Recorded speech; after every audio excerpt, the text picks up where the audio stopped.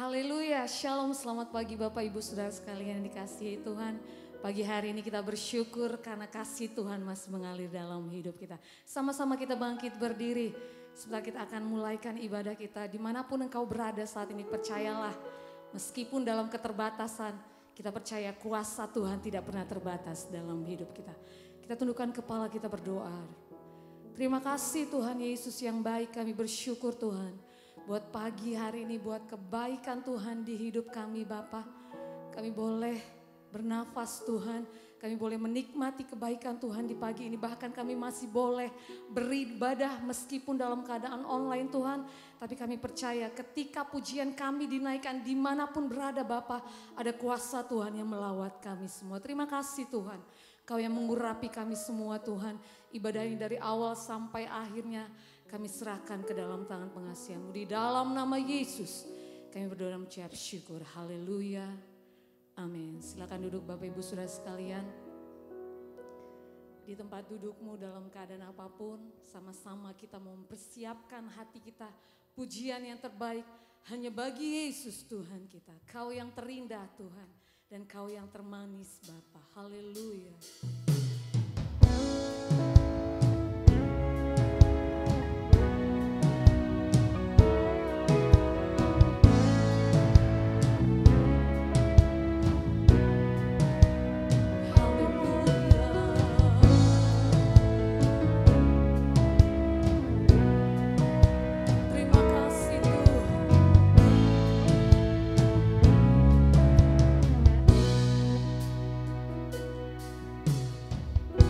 Kau yang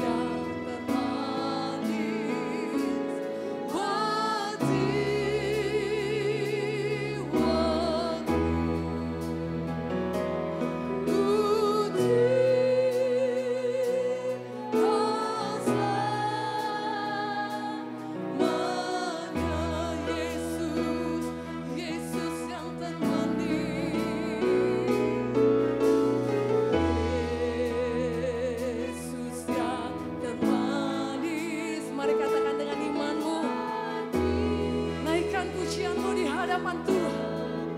Kau yang termanis di jiwa kami Bapa. Terima kasih Tuhan. Terima kasih Yesus. Haleluya.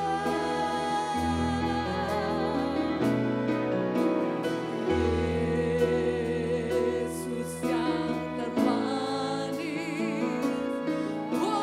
jiwaku, ku cinta selamanya Tuhan. Haleluya. Haleluya. Amen. Haleluya. Yesus yang termanis. Yesus yang termanis.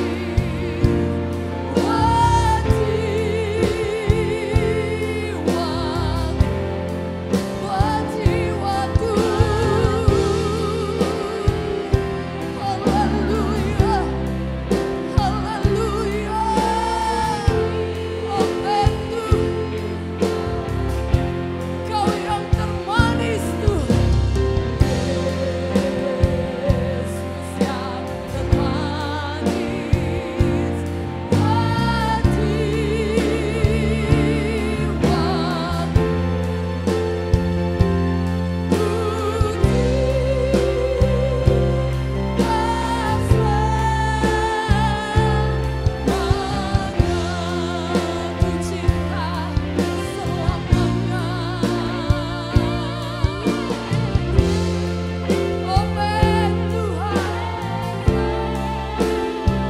Ini pujian kami Tuhan.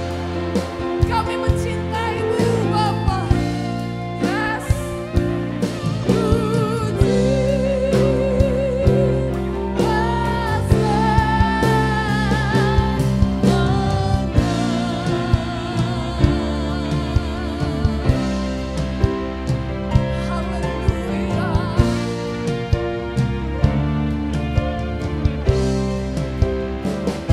Terima kasih.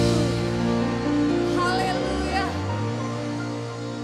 Pujian ini mengatakan kita mau mencintai Yesus. Apapun keadaan kita saat terakhir ini, apapun yang kita alami saat ini, kita percaya Yesus kemenangan dalam hidup kita. Amin.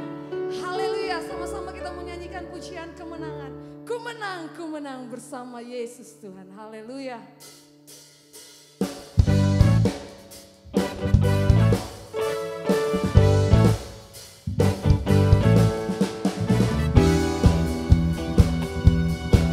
Amin Tuhan. Kami naikkan pujian kemenangan kami Bapa. Haleluya. Sama-sama katakan, ku menang bersama Yesus Tuhan. Ku menang di dalam peperangan. Ku menang atas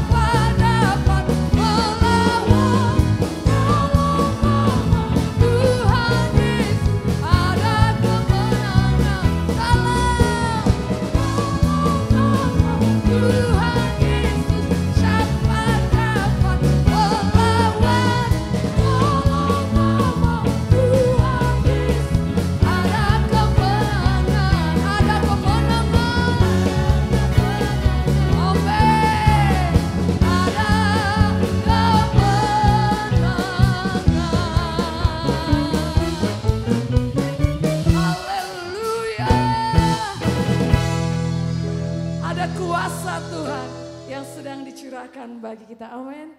Saya yakin dan percaya belum lelah untuk memuji Tuhan. Kita tetap bangkit berdiri. Kita mau serukan nama Yesus. Kita mau tinggikan nama Yesus di tempat ini.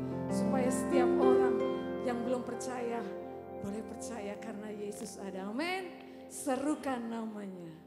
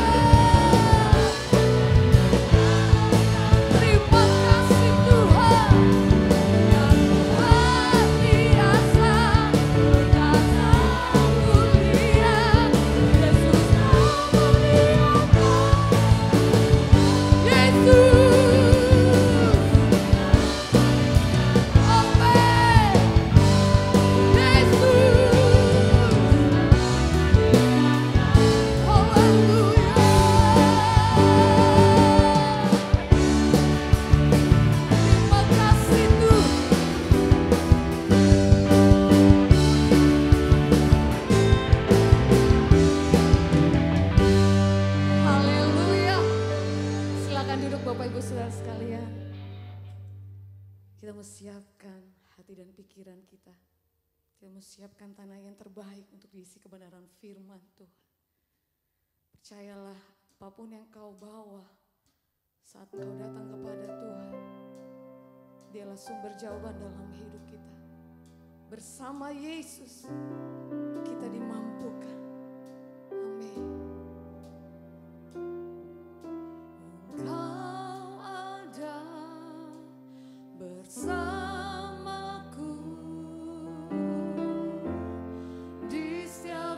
musim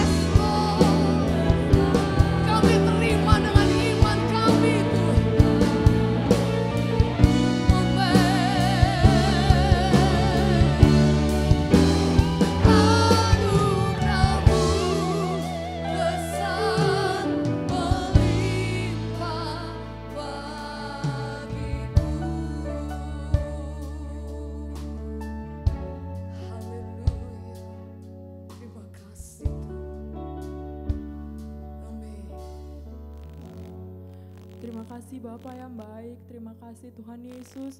Benar Tuhan, Kau ada bersama-sama dengan kami Bapa. Kayak percaya Tuhan Kau ada bersama dengan kami Bapa. Di tempat ini Bapa, di rumah kami masing-masing Bapa, kami bisa mengalami hadirat-Mu dalam kehidupan kami Bapa. Terima kasih Allah Roh Kudus, kami sudah memuji dan memuliakan nama-Mu Tuhan. Tiba saatnya kami akan diisi oleh kebenaran firman-Mu. Kau berkati hamba-Mu yang akan menyampaikan firman-Mu Bapa.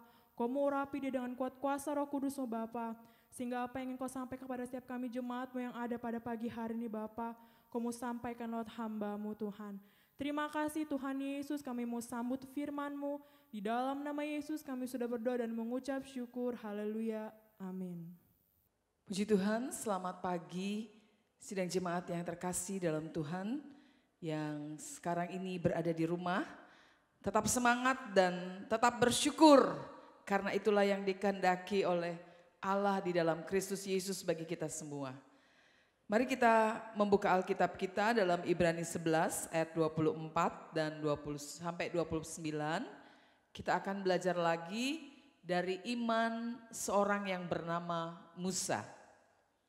Kita akan membaca bersama-sama.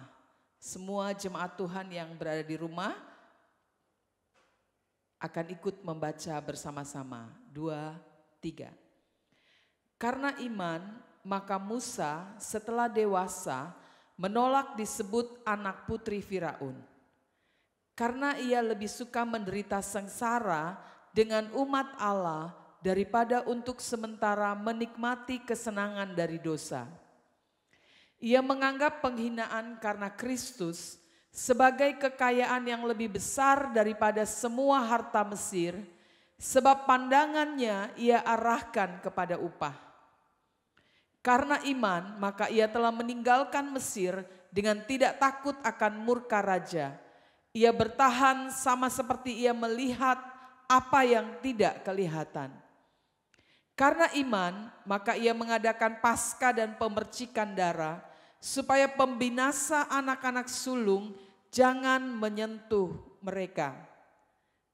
Karena iman maka mereka telah melintasi Laut Merah sama seperti melintasi tanah kering. Sedangkan orang-orang Mesir tenggelam ketika mereka mencobanya juga. Puji Tuhan. Saudaraku, kita akan melihat tentang iman Musa ini. Pertama kita akan melihat dari mana iman Musa ini. Kalau kita membaca Keluaran 6 ayat 19, di situ kita akan mengenal siapa Musa. Orang tua Musa, ayahnya bernama Amran dan ibunya bernama Yokebed bisa dikatakan. Mereka tinggal di Mesir. Kalau kita belajar dari sejarah bangsa Israel, kita tahu bangsa Israel bisa tinggal di Mesir karena pada waktu Yusuf menjadi Perdana Menteri di Mesir, waktu itu terjadi kelaparan sehingga Yusuf menolong saudara-saudaranya, orang tuanya dan meminta kepada Raja Firaun, Raja Mesir untuk membawa saudara orang tuanya ke satu tempat di Mesir di mana di situ Yusuf memelihara seluruh keluarganya. Setelah itu dikatakan orang Israel bertambah banyak. Mereka bertambah banyak dan inilah yang akhirnya menyebabkan Raja Firaun pada saat itu menjadi sangat takut. Sehingga dia akhirnya mengeluarkan satu perintah untuk membunuh anak laki-laki yang lahir dari wanita Ibrani. Melalui bidan yang menolong melahirkan, Firaun menyuruh untuk membunuh anak laki-laki yang lahir dari wanita Ibrani. Nah, kita tahu cerita Musa, ini cerita yang sangat menarik sekali ya. Bagaimana karena iman daripada orang tuanya. Musa beruntung sekali karena Musa memiliki orang tua yang beriman. Sehingga mereka melakukan satu tindakan iman, satu langkah iman yang sangat berani. Di mana mereka menyembunyikan bayi mereka dari pemerintahan Mesir. Ibu Musa menghanyutkan Musa di sungai Nil. Dan kita melihat bahwa pertolongan Tuhan itu dinyatakan. Bayi Musa ini ditemukan oleh putri Firaun. Dan kemudian putri Firaun mengangkat Musa menjadi anaknya. Keluaran 2 ayat 7 sampai 10 mencatat, putri Firaun ini akhirnya menyuruh kakaknya Musa yang bernama Maryam, yang waktu itu mengikuti kemana adiknya terhanyut dan bertemu dengan putri Firaun. Sehingga Maryam kemudian memberikan usul kepada putri Firaun untuk mencari seorang ibu yang dapat menyusui dari bayi ini. Putri Firaun menyetujuinya sehingga Maryam memberikan dan membawa adiknya Musa ini kepada ibunya sendiri. Nah, dari cerita ini Bapak Ibu kita melihat bagaimana iman Musa bertumbuh justru dari orang tuanya sendiri. Dia dididik dalam usia yang masih kecil oleh orang tuanya sendiri. Kita tahu bahwa usia emas dari seorang anak itu dari 0 sampai 8 tahun kurang lebih. Di mana disitulah dasar bagi seorang di masa dewasa, anak itu belajar, anak itu akan terbentuk untuk menjadi satu pribadi seperti apa dia nanti setelah dewasa. Itu terbentuk dari usia emas 0 sampai 8 tahun ini. Dan disinilah iman Musa bertumbuh, disinilah iman Musa berasal. Dia dididik, dia diberikan pengetahuan, dia diajar untuk menyembah dan mengenal Allah bangsa Ibrani, Allah yang hidup, Allah Abraham, Allah Ishak dan Allah Yakub itu dari orang tuanya.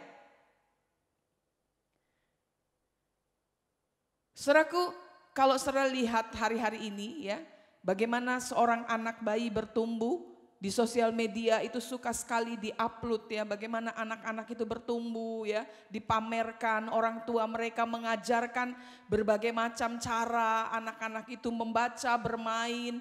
Umur 2 tahun mereka sudah ada yang pintar melakukan banyak aktivitas, bahkan juga ada yang sudah pandai berdoa, yang mereka sudah mengenal siapa pribadi Yesus itu.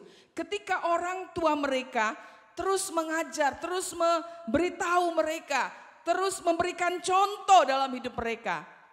Jadi memang ini usia-usia yang sangat menentukan. Itu sebabnya keluarga seharusnya menjadi sekolah iman yang pertama bagi seorang anak. Dan iblis tahu hal ini, itu sebabnya dia mau berusaha menghancurkan keluarga kita. Jangan pernah biarkan iblis melakukan ini. Bapak Ibu, mari kita mulai melihat keadaan ini. Karena iman seorang anak itu mulai terbentuk dari usia-usia yang masih kecil ini ketika orang tuanya mengajarkannya kepada dia. Satu hal yang sangat menyedihkan beberapa waktu yang lalu ketika saya mengikuti komsel anak-anak sekolah minggu di gereja kita. Ada seorang anak, ada guru sekolah minggu yang bertanya, siapa bangun tidur berdoa? Tapi anak-anak itu menjawab, tidak ada yang berdoa. Ya.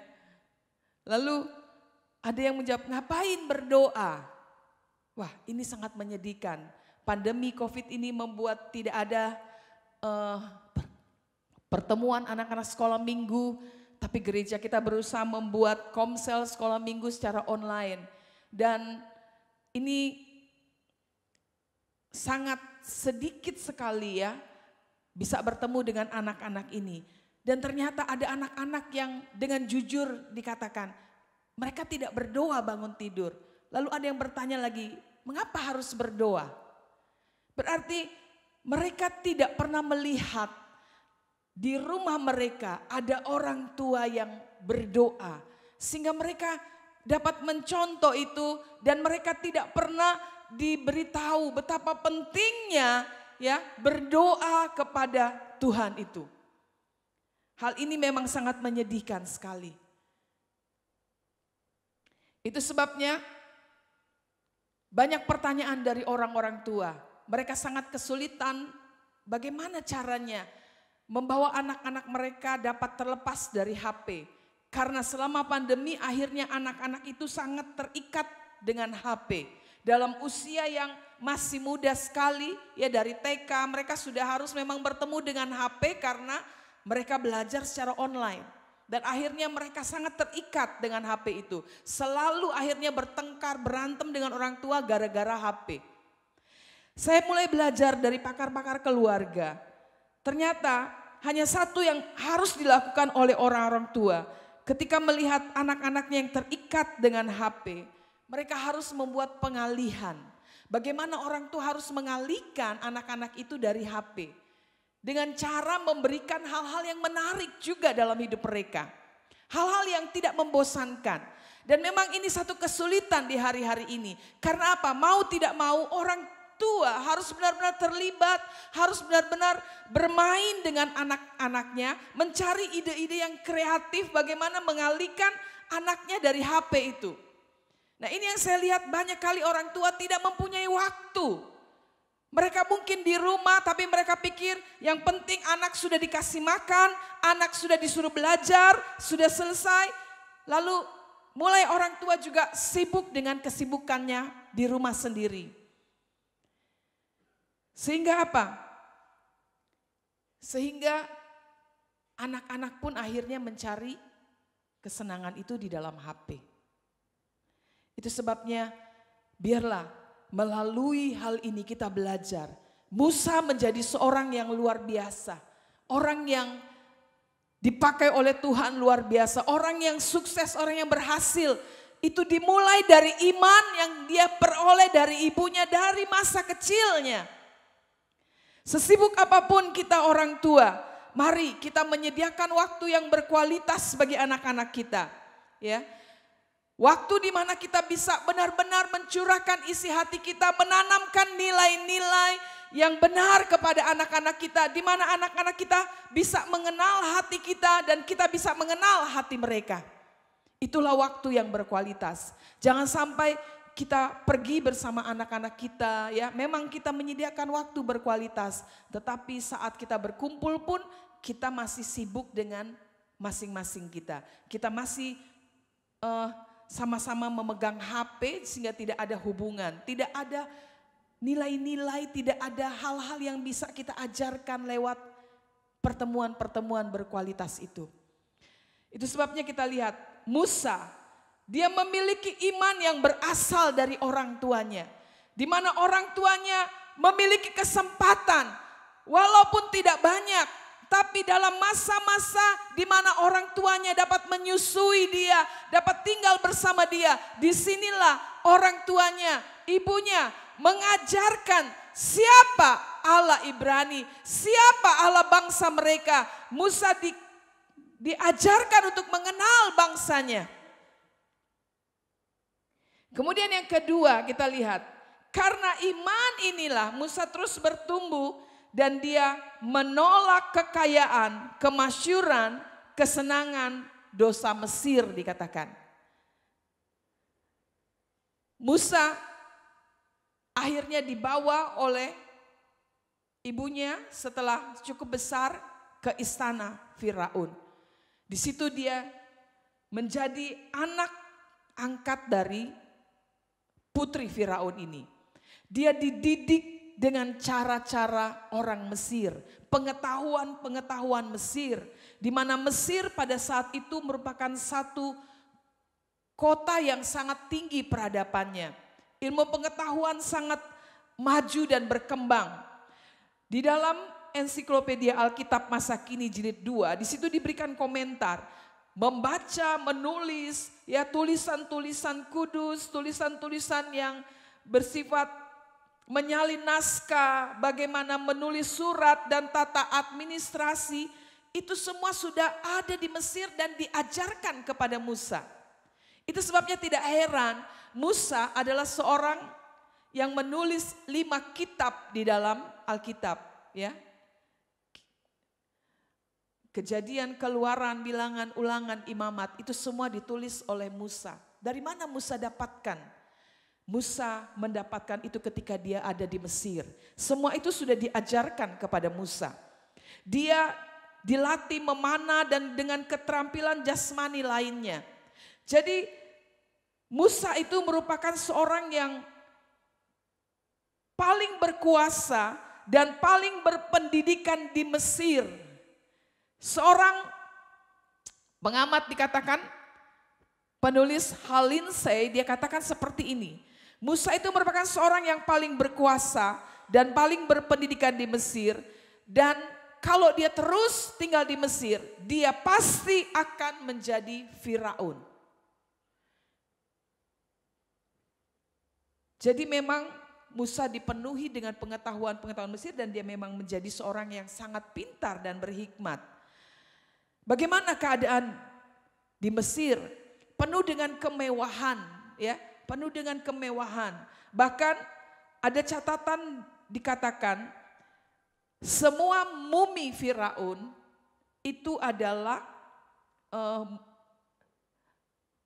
mumi Firaun itu mayat-mayat Raja Firaun itu ditemukan.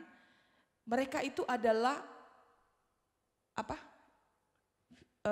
Orang-orang yang mengalami obesitas. Jadi ternyata mumi mereka itu gemuk-gemuk ya, masih kelihatan. Mereka adalah orang yang obesitas. Karena memang di Mesir itu mereka dilimpahi dengan kemewahan ya.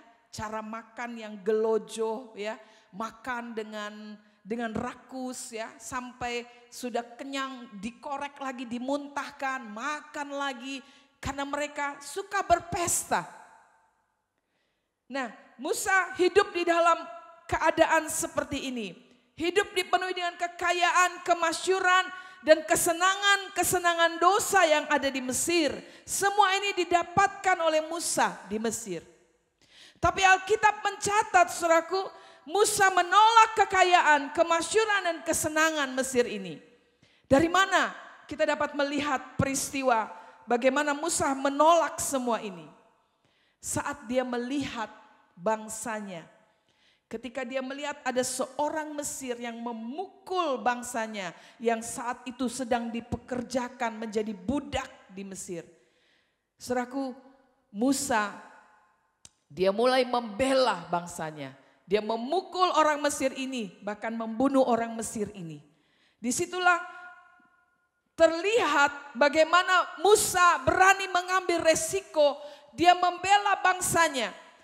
Dengan resiko bahwa dikatakan kemudian Musa akhirnya melarikan diri dari Mesir. Musa melakukan dengan caranya karena dia melihat keadaan bangsanya. Dan kemudian Musa melarikan diri dari Mesir. Dia tinggalkan semua kekayaan, kemasyuran, kesenangan, kenikmatan yang ada di Mesir. Dia tinggal di padang gurun selama 40 tahun. Disitulah Tuhan membentuk dia. Disitulah Tuhan membawa imannya terus bertumbuh sampai dia melihat dan bertemu Tuhan dan mendapatkan panggilan Tuhan. Musa menolak kekayaan, kemasyuran, dan kesenangan dosa di Mesir. Saudaraku, iman harus memilih. Dalam pengalaman hidup kita sebagai manusia, tidaklah mudah ya untuk kita menolak tawaran yang menggiurkan yang ditawarkan oleh dunia ini. Amat terlebih di masa-masa yang sulit ini. Beberapa waktu yang lalu saya tertarik dengan aplikasi TikTok ya. Saya tidak punya aplikasi ini tapi kemudian saya tertarik, saya ingin melihat. Saya hanya lihat seringkali orang di TikTok itu cuma joget-joget aja ya kan. Tapi kemudian saya penasaran, kemudian saya minta anak saya untuk mendownload aplikasi ini dan dari situ saya dapat melihat ya banyak hal-hal yang baik tapi banyak juga hal-hal yang tidak baik saya lihat. Yang saya lihat di situ ada orang-orang yang memamerkan kesenangan dosa yang dia lakukan.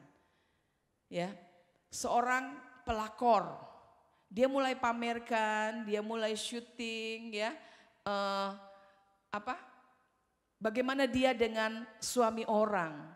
Dia katakan di dalam TikTok itu, dia bilang, ayo lihat ini suamimu giliran di tempat saya ya, bersama dengan saya. Diam-diam dia sorot itu dari belakang, seorang laki-laki yang tidur di tempat tidur. Ini giliran suamimu ya yang ada di tempat saya. Lalu besoknya dia upload lagi. Wah enak ya, dia bilang, dapat transferan 50 juta untuk uang jajan. Jadi dia mulai pamerkan lagi, besoknya wah dapat transferan lagi. Dia membanggakan dirinya betapa nikmatnya menjadi pelakor ya dengan suami orang. Dia pamerkan itu di aplikasi ini. Dia buat video-video itu. Kemudian saya melihat lagi seorang wanita muda yang sangat cantik dengan perut yang gendut ya, lagi hamil. Lalu dia mulai cerita bahwa dia hamil di luar nikah. Ya, dia mulai pamerkan bahwa dia melakukan itu dengan pacarnya. Dan dia tanpa merasa sedih atau merasa bagaimana, dia merasa senang karena perbuatannya itu. Dia mulai memamerkan bagaimana kehamilannya dan lain-lain. Lalu saya mulai perhatikan, alangkah mengerikannya hal-hal seperti ini ya. Banyak anak-anak kita ya melihat bahkan terlibat dalam aplikasi TikTok ini, bukan? Kalau misalnya anak-anak remaja kita melihat hal ini, di masa pandemi ini sulit bukan? Uang jajan gak dapet, gak sekolah misalnya ya kan. Di rumah orang tua berantem terus, kesepian, dia tidak dapat mendapatkan hal itu di rumah. Ketika dia melihat ini, apa dia tidak terpikir, enak juga ya seperti itu. Tiba-tiba dapat transferan 50 juta. Apa dia tidak terpikir untuk melakukan hal yang sama seperti itu? Menikmati kesenangan dosa. Sepertinya wah enak sekali ya. Dosa menyenangkan. Inilah yang hari-hari ini terjadi di dalam dunia ini, dalam kehidupan sekitar kita. Sanggupkah kita menolak kesenangan-kesenangan dosa yang ditawarkan oleh dunia ini dalam hidup kita?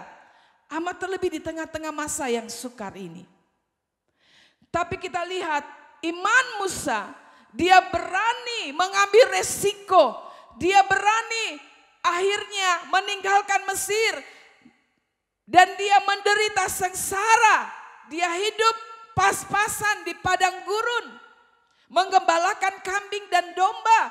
Hidup dengan sangat sederhana. Musa melakukan hal itu. Bapak ibu saudaraku, apakah kita bisa melakukan hal itu di tengah-tengah keadaan sekarang ini? Iman yang sejati, iman yang benar akan terlihat sejauh mana kita rela meninggalkan kenikmatan duniawi ini dan kedagingan demi kebenaran yang kita percayai. Yang ketiga kita lihat saudaraku, karena iman Musa mengadakan Paskah dan membebaskan bangsa Israel. Kita tahu Allah menjumpai Musa kemudian di padang gurun. Allah bertemu dengan Musa dan Allah katakan, kamu harus bebaskan bangsamu kembali ke Mesir. Musa akhirnya menurut kepada perintah Tuhan ini dan dia kembali ke Mesir. Dia bernegosiasi dengan Raja Firaun untuk membawa bangsa Israel keluar dari Mesir. Dari perbudakan Raja Firaun ini. Kita tahu bagaimana Alkitab menceritakan Firaun mengeraskan hati sehingga Allah mengirimkan tulah-tulah hukuman kepada orang-orang di Mesir, kepada orang-orang Firaun. Sampai akhirnya tulah-tulah ini datang satu persatu kepada orang Mesir. Dan dikatakan Firaun tetap mengeraskan hatinya. Firaun hanya takut sama wabah ketika dia sudah kesulitan melihat wabah tula-tula yang datang. Tapi dia tidak pernah takut dengan Tuhan. Dia tetap mengeraskan hatinya. Dan dia berusaha membuat orang Israel tidak keluar dari Mesir. Saya mulai perhatikan keadaan di Mesir pada saat itu sangat mencekam ya, dengan tula-tula yang ada. Kalau mulai saya lihat dengan masa-masa pandemi yang kita lewati sekarang, ini adalah masa-masa yang cukup mencekam ya. Awalnya yang pertama kita sudah lewati dan sudah mulai membaik, tapi dalam gelombang kedua keadaan yang mencekam ini kembali terjadi. Setiap hari saudaraku, kita cuma lihat di sosial media orang-orang yang mati. Ya, dari anak bayi, dari ibu hamil dan bayi yang dikandung, dari usia muda, anak-anak, sekarang bahkan usia tua, semua setiap hari ya mengalami kematian. Kalau buka sosial media yang disorot orang yang lagi sesak napas ya dengan ventilator dan lain-lain. Sangat mencekam hari-hari ini. Tetapi banyak orang yang seperti Firaun. Mereka hanya takut pada COVID tapi tidak takut pada Tuhan. Berapa banyak justru di saat-saat pandemi ini orang-orang yang menggunakan kesempatan untuk mencari keuntungan bagi dirinya sendiri. Ya, menimbun obat, ya, oksigen dan lain-lain. Sesuatu yang saat ini diperlukan oleh orang-orang yang sedang terpapar COVID, tapi mereka justru menimbun, yang mencari obat-obatan sekarang sangat susah dengan harga yang sangat mahal. Belum lagi saudaraku, kita lihat beberapa waktu yang lalu seorang yang menyuntikkan vaksin tapi tidak masuk vaksinnya, ya. Apalah tujuannya coba? Orang-orang terus melakukan kejahatan. Mereka tidak takut kepada Tuhan. Dan kita lihat keadaan mencekam ini juga terjadi pada saat itu. Di mana Allah memberikan satu hukuman yang terakhir, satu tula yang terakhir. Tuhan katakan akan ada kematian anak-anak sulung. Dan Tuhan memberikan perintah kepada Musa. Engkau harus mengadakan Paskah. Engkau harus memotong anak domba. Lalu Tuhan memberikan cara-caranya. Darah anak domba itu harus kau taruh pada pintu daripada orang-orang Israel. Dan Musa melakukan hal ini. Imannya membuat dia berani melakukan perintah Tuhan walaupun penuh dengan resiko. Sehingga dikatakan pada saat hal itu terjadi, malaikat maut datang. Ketika melihat rumah orang-orang yang memiliki tanda darah itu, maka di situ tidak terjadi kematian. Tangisan di mana-mana. Karena kematian dari anak-anak sulung mereka. Tetapi hanya rumah yang ada tanda darah anak domba, mereka tidak mengalami kematian. Saudaraku, prinsip keselamatan yang Allah berikan kepada kita itu dapat dinyatakan pada saat itu. Bahwa keselamatan hanya dapat terjadi dan dapat diperoleh bila ada tanda darah anak domba itu. Dan anak domba yang sesungguhnya sudah tersembelih 2000 tahun yang lalu, dialah Yesus Kristus Tuhan kita. Tidak ada jalan lain saudaraku untuk kita diselamatkan hanya melalui Yesus, hanya melalui darah anak domba itu. Banyak sekali saudaraku, hari-hari ini saudaraku, orang melakukan dan membuat kebenaran dirinya sendiri. Beberapa waktu yang lalu saya juga tertarik kepada satu Instagram ya. Dia menulis begini, bagaimana Anda bisa bebas dari kepahitan, dari depresi, dari perasaan mau bunuh diri, dari kemiskinan dan lain-lain. Ayo ikuti terapi ini. Nah, saya mulai tertarik ya. Saya mulai mau melihat bagaimana dia memberikan terapi ini. Tetapi itu karena dikunci, jadi saya tidak bisa melihat banyak. Hanya sedikit yang saya bisa lihat. Dia memberikan satu terapi ya dengan cara berkata-kata. Tapi ada satu hal yang membuat saya tertarik. Dia katakan seperti ini. Selain itu saudara-saudara, lakukanlah banyak perbuatan-perbuatan baik, dia katakan. Lakukan sebanyak-banyaknya perbuatan baik. Pasti Tuhan juga akan mempertimbangkan, dia katakan. Ya, kita tidak usah mikirkan bagaimana nanti kematian kita. Tapi kalau kita berbuat baik terus-menerus, pasti Tuhan akan mempertimbangkan, dia katakan. Untuk kita bisa masuk surga. Wah, saya mulai agak bagaimana ya ketika mendengar hal ini. Dia memakai kebenaran dirinya sendiri. Bahwa dengan berbuat baik Tuhan akan mempertimbangkan dia bisa masuk surga. Beberapa hari yang lalu Bapak Gembala bertemu dengan seorang anak muda ya. Lalu mulai ngobrol, kamu ke gereja enggak? Awalnya dia bilang, oh saya gereja di sini om, dia bilang. Oh kamu ke gereja? Ya ke gereja lah om katanya, tapi jarang dia bilang gitu. Kenapa? Ya enggak masalah lah om, dia bilang. Kita mau berbuat baik saja ya. Gak usah ke gereja juga gak apa-apa, yang penting kita berbuat baik. Ini orang Kristen ya kan, yang ditanyakan orang Kristen ditanya gereja apa enggak.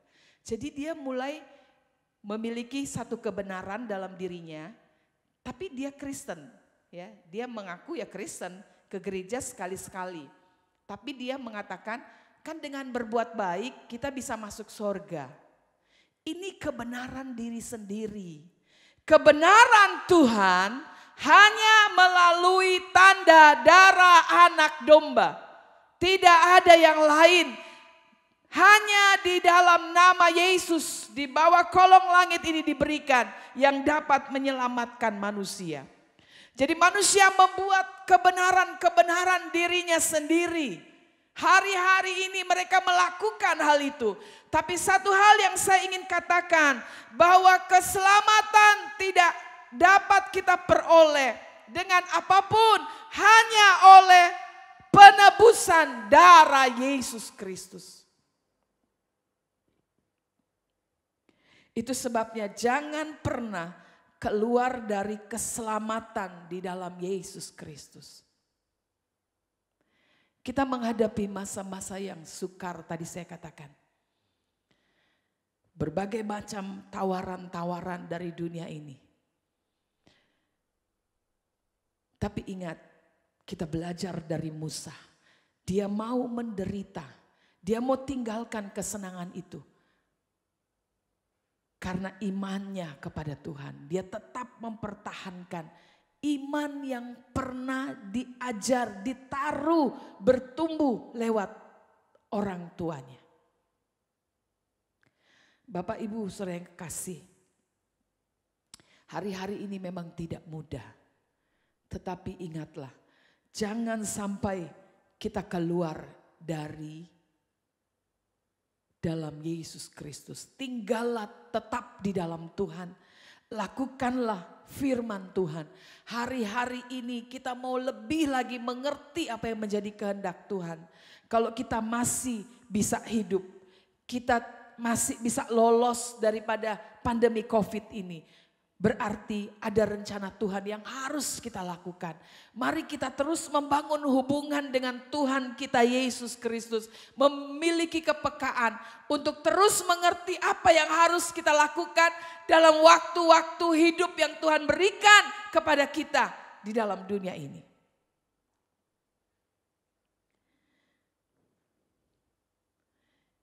Biarlah melalui iman Musa ini kita boleh belajar banyak hal dalam hidup kita.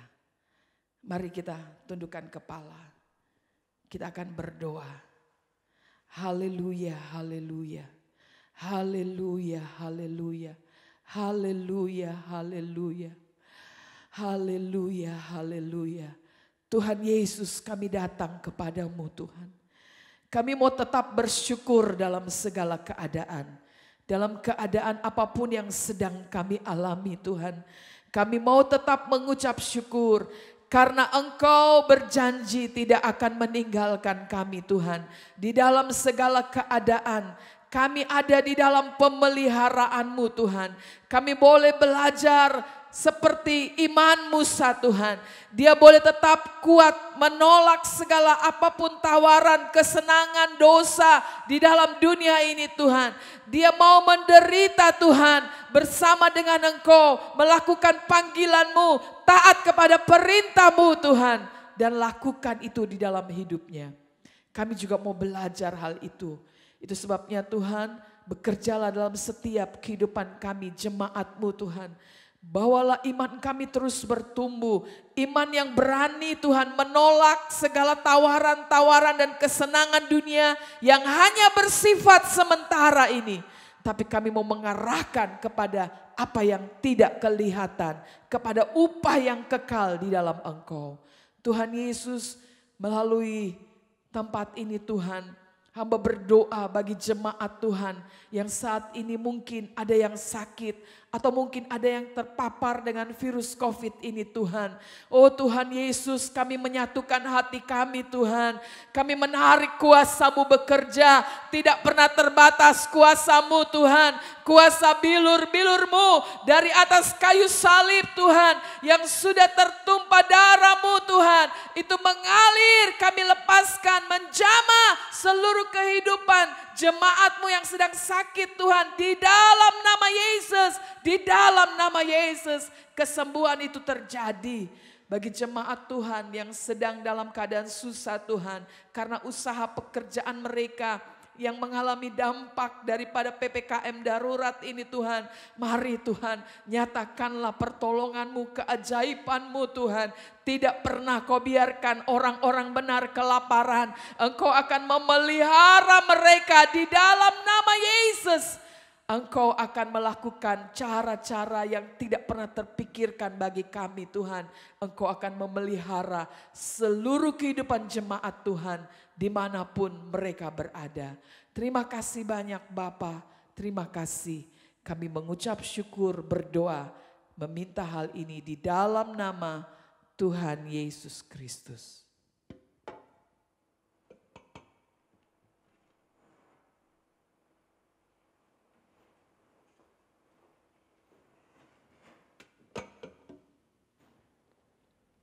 Akhirnya, terimalah berkat dari Allah Bapa, rahmat cinta kasih dari Yesus Kristus, bimbingan dan persekutuan dari kuasa Roh Kudus menyertai kita sekalian saat ini, esok, sampai selama-lamanya.